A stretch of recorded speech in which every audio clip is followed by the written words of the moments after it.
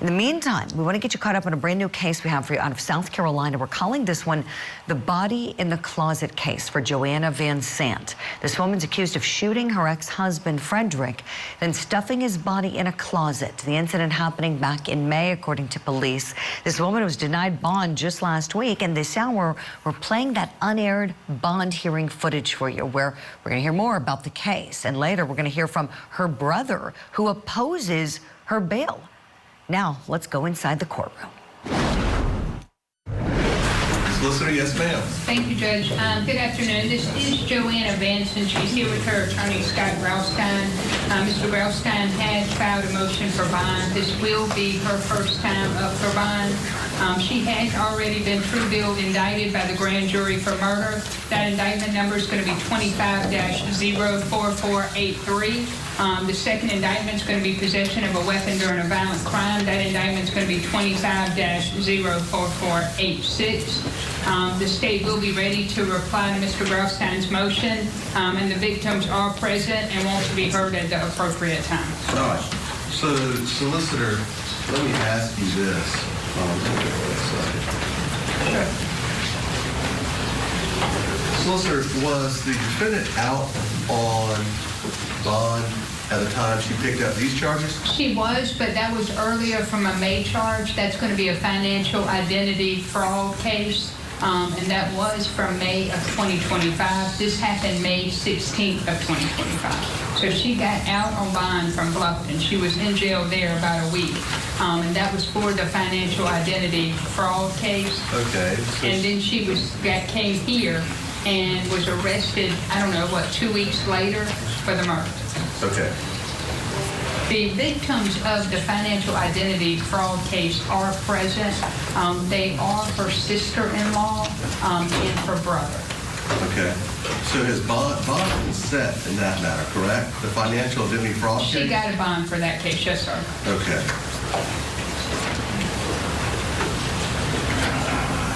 So let me ask you, and you told me that some of the victims are victims' family members and so forth are here today. Yes, sir. And so if they want to address the court, I'm happy to hear from them in just a moment. But let me ask you this, with that having been said, I'm assuming the state has complied with the Victims' Bill of Rights?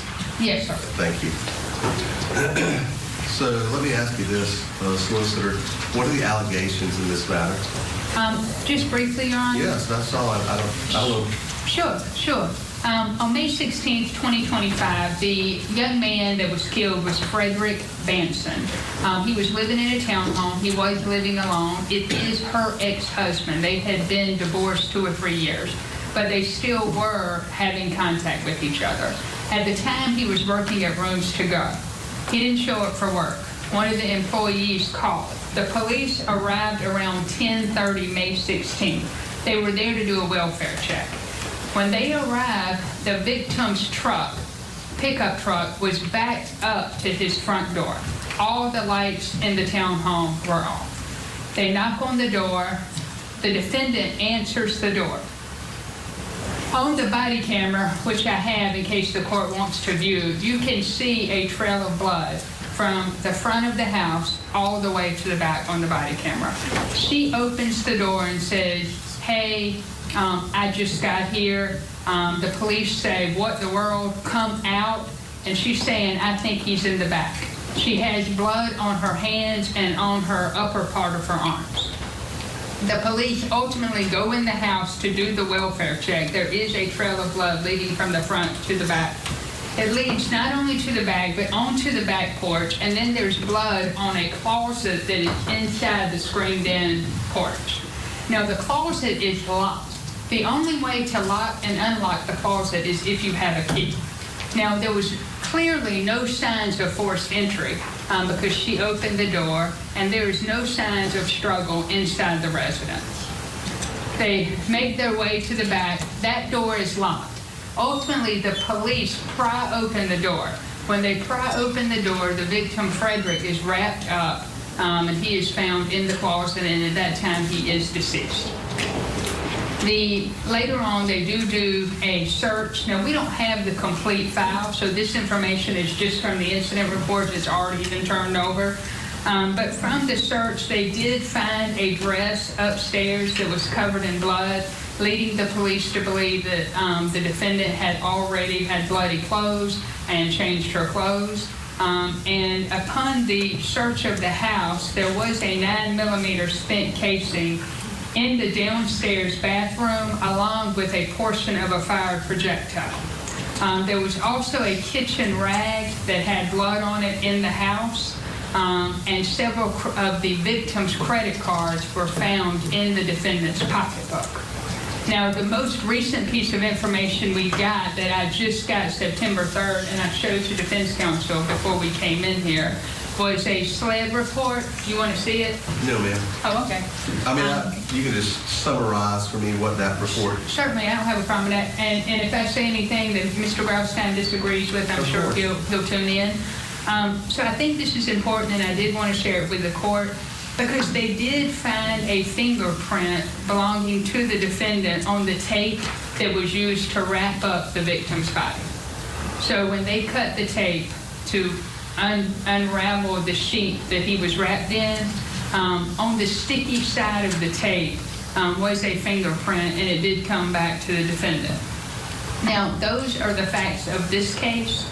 The victim's family does want to be heard, and also the defendant's brother is here along with his wife. Now, they are the victims of the financial identity fraud case, but they are here because they are fearful for their life if she was to get out of jail. They are the defendant's brother, so they do not technically fit under the victim's Bill of Rights, but they are present and they want to be heard if the court will hear from them. All right, so let me ask you this. Does the defendant have any priors? She has a pending financial identity. Right, but as far as convictions, does she have any prior records? No. All right, what's the state's position on the bond? The state wants Ms. Vansant's bond denied. She owns absolutely zero property. In fact, the vehicle that she owns, she doesn't even own because she used her sister-in-law's Social Security number to get that vehicle. She owns no property. At the time, she was living with her mother.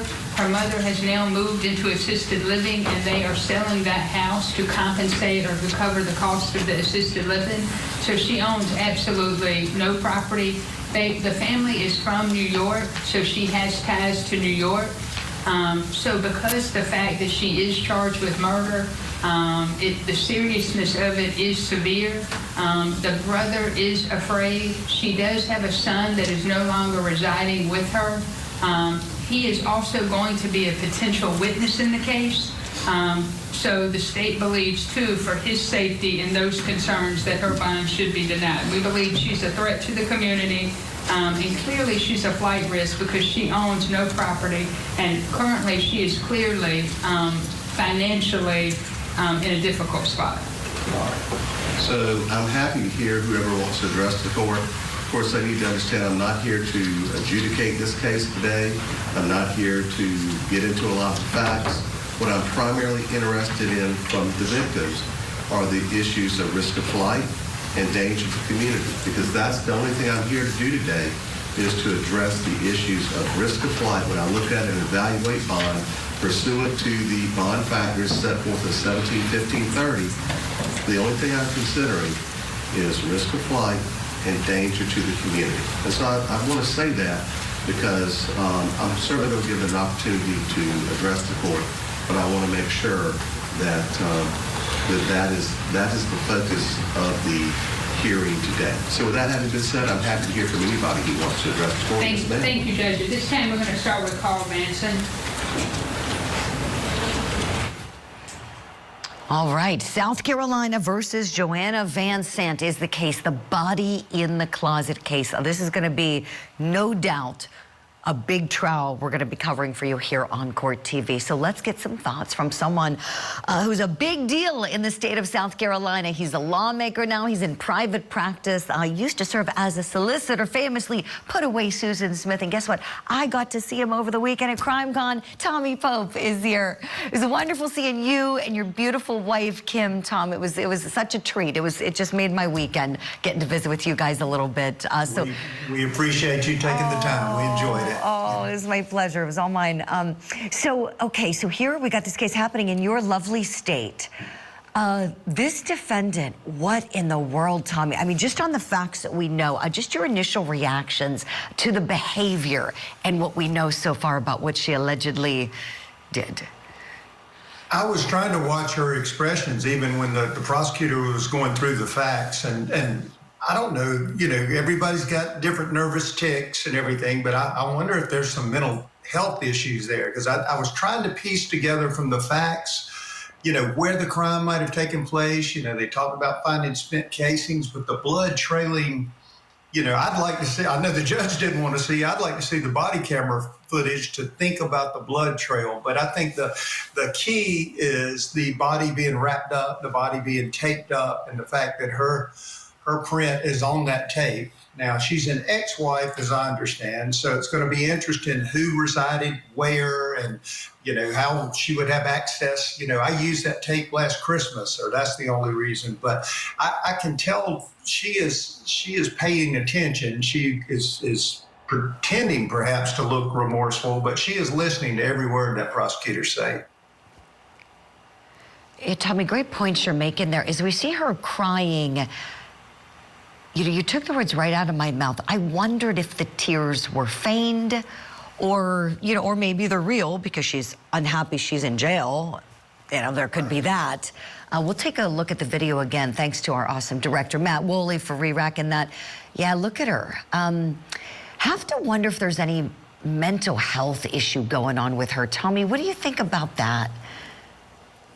I'm sure, one, the state will explore it because you got to make sure she's competent to stand trial. But again, the way she reacted and said she had just gotten there at the house, I think what went on the time is, as you know, and your viewers know, you got two things. You've got competency to stand trial now, but you've also got what was going on at the time of the crime. Did you know legal and moral right, legal, moral wrong? And so, that's the McNaughton standard. I'm sure, she'll be evaluated if need be.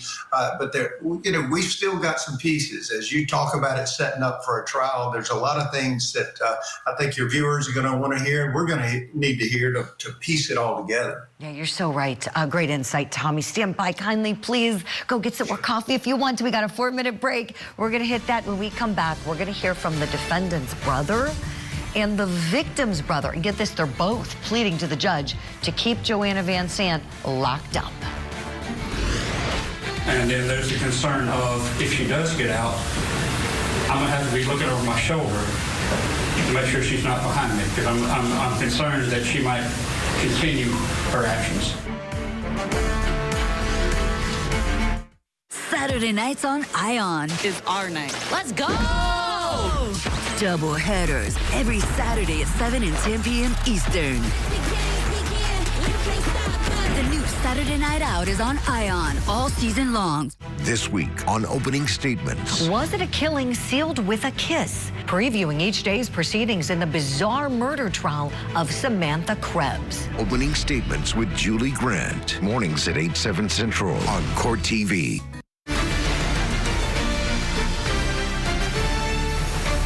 Welcome back to Court TV Live. I'm Julie Grant. We're in South Carolina for the bond hearing in the body in a closet murder case. Have you heard about this one?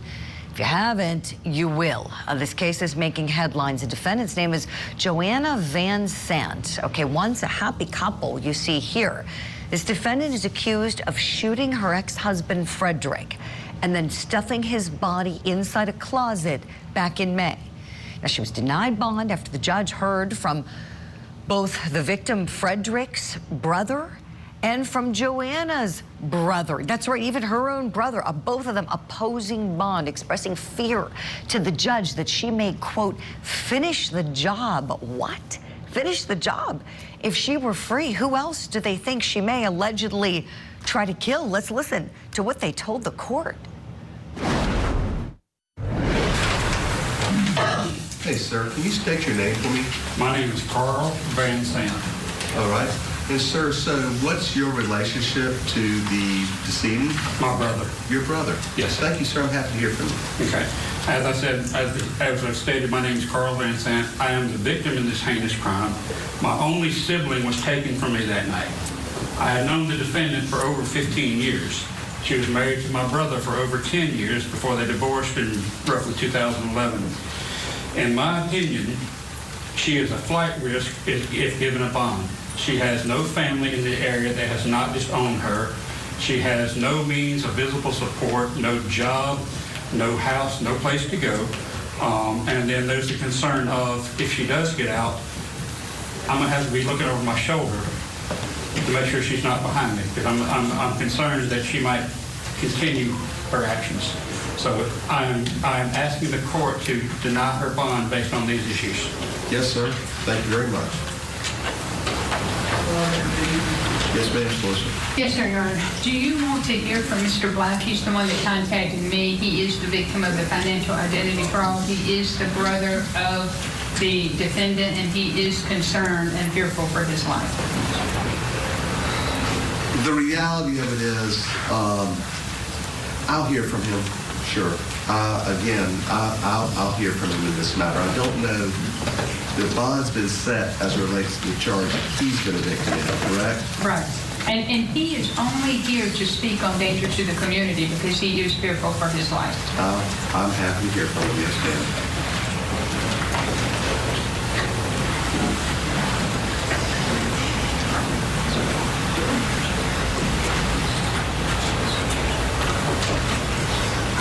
Good afternoon, Judge. Hey, sir. Can you state your name for me, please? Jeffrey Mark Black. Yes, sir, Mr. Black. As you've already heard, I am the defendant's brother. This whole ball started rolling when we had to have her arrested for the identity theft. As was already stated, I believe she's a flight risk. I believe we could be in danger if she gets out. She's obviously not happy with us for having her arrested to begin with when she did what she did to my wife while we were in the middle of a mortgage refinance.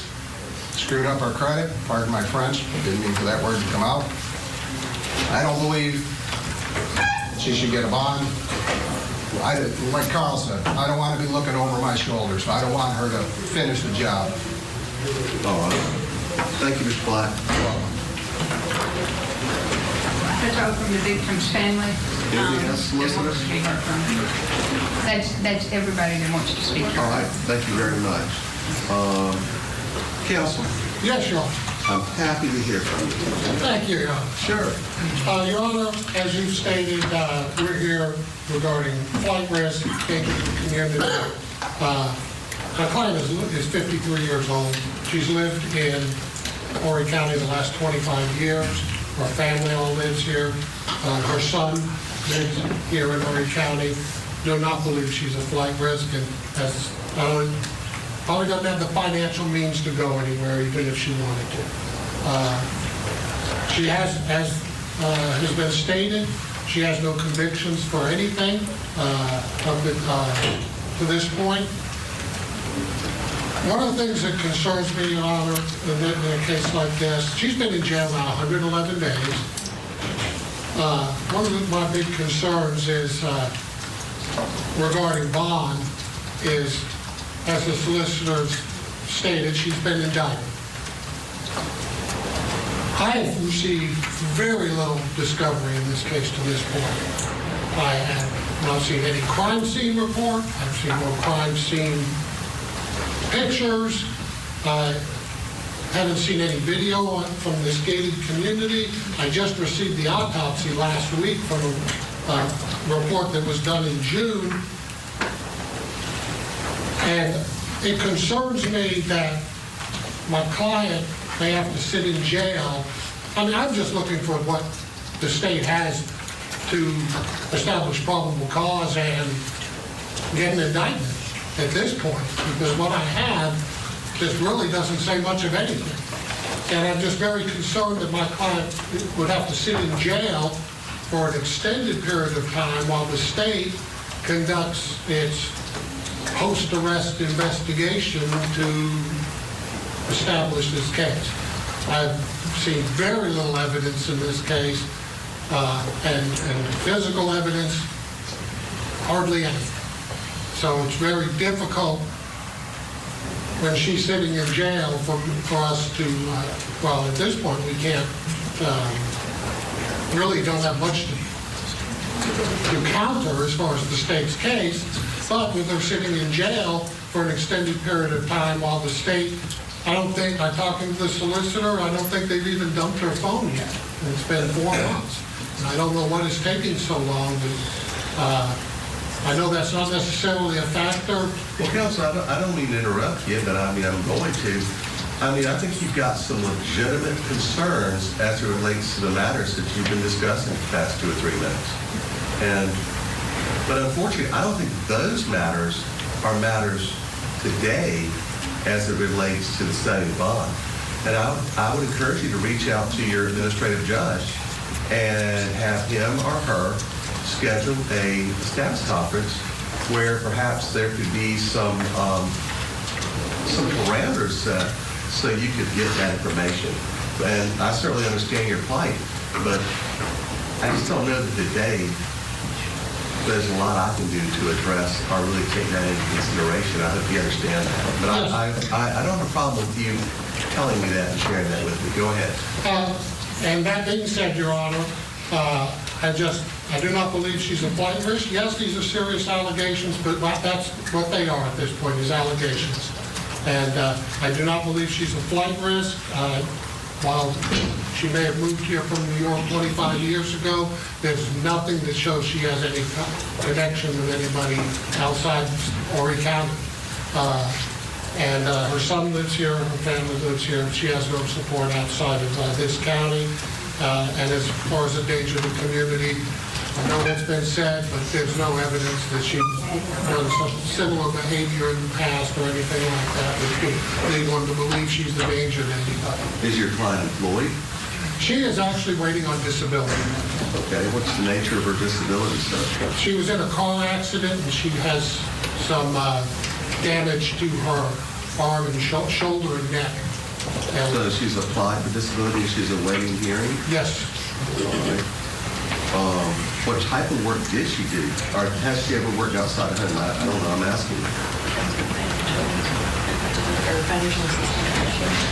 She was a financial assistant in a financial advisory company. Okay. If she was if bond was to be set, where would she live, sir?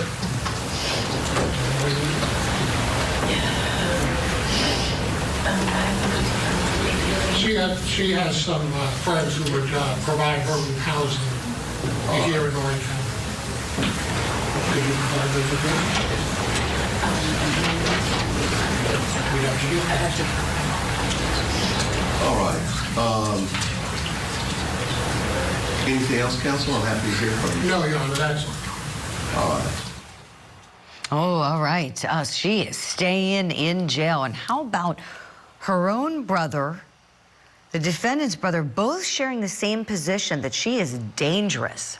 What does that say about this woman? There's more to the bond hearing for Joyanna Vansant in the body in a closet case. Plus, later in the show, the state's case resumes in the kiss and kill murder trial for defendant Samantha Krebs. Yeah, these 3 ladies, it's all the same woman. We'll be right back.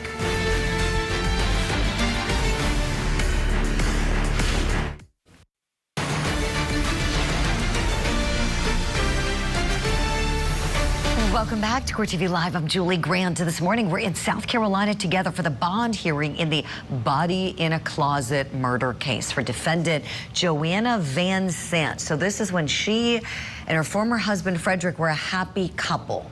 He is the victim in this case. He is now deceased. Police say that she shot him to death and then put his body inside of a closet in May. She was denied bond just the other day after the judge heard from both his brother and her brother. And they're both on the same team. They both told the judge they are fearful that if she gets out of jail, she's going to finish the job. Their words, not mine. What do they mean by that? Let's go back in the courtroom now. The judge is giving his ruling. Then, Your Honor, we just asked for the reasonable doubt. All right. Like I said earlier, I'm not here to litigate the case. The bond factors and the code sets forth really, I think, what my job is to do and consider in this matter. A couple of things. Risk of flight is something I can take into consideration. Any record to avoid prosecution or failure to adhere to other court proceedings. Frankly, I don't know that she's a risk of flight in the truest sense. I don't think she's going to means to flee. I think that she's lived here for a good while. I'm concerned that at least right now she has no means or support because she's waiting for disability. But I don't think she is a risk of flight. Some might say due to the severity of the charges, that could be used as some idea of risk of flight. But I don't consider her a true risk of flight. Now, one of the things that I can do when I look at this matter is I can consider the reports that have been generated in this matter. And while I personally haven't looked at reports, the solicitor has provided me with, I believe it's probably a summary of what's contained in the reports. And certainly if she was not being accurate with the information that she provided me, counsel would have brought that to my attention. So that leads me to believe that what she told me is fairly accurate as to what's in the reports. And what I will tell you is I think that this is a very serious charge. I think that, it's certainly a violent offense. And I've also heard from witnesses who believe that she is an unreasonable danger to them. And so for those reasons, I'm going to deny bond. I believe that it's appropriate to deny bond. I don't think there are any, at this point, I don't think there's any special stipulations that I could put in place that are going to satisfy me to the belief that it would minimize or eliminate her danger to the community or to any particular individual. So what I'm going to do is I'm going to deny the bond. Now, what I'm also going to do is this. Counsel, you still, sir, are having information coming in, and I understand it takes time to develop a case and put a case together. It takes time to gather the information. So what happens is that information is coming to you and flowing to you, just as evidenced by the fact that I think on the 3rd she got some information, yesterday, got some information from SLED, okay? So what I want to tell you is this, sir. As the information continues to come in, sir, if you believe that some piece of that information constitutes or raises a change in circumstance, you can come back anytime to have this bond matter revisited. If you don't have anything, I'm going to allow you to come back in 90 days, okay? Yes, sir. Now, the other thing is, what I'm hopeful is that y'all can get a status conference sometime between now and then, and you can certainly address with the judge the concerns you have as it relates to the information, the gathering of the information, and the time that's taken, okay? And perhaps he or she could go and assist with some guidelines or some guidance as to what they're going to do or how that might be addressed. So I'll encourage you to do that, and that will give y'all an opportunity to do that. If you want to do that, I'm not going to order that. That's, I leave town and go back to the low country tomorrow. So, but how y'all do things, you may want to try to do that. And right now, it is not on. My clerk will prepare an order. All right? Yes, Your Honor. Thank you.